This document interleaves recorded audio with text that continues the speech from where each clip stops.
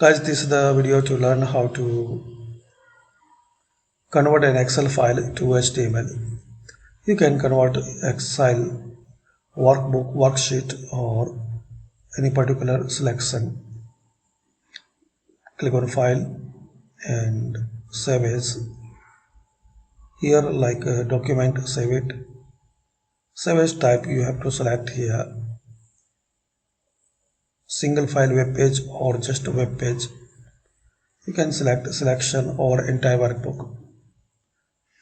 Then click on Publish. Here select choose like entire workbook, range of cells, or any particular area in your Excel worksheet. Here the file name, and here you can open published web page in browser. Also, if you will check, so it will auto republish every time this workbook is saved. Then click on Publish. As we can see now, this Excel worksheet is converted, and this is the particular selection.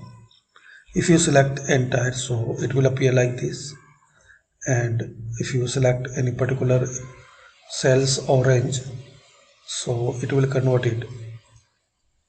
Thanks for watching.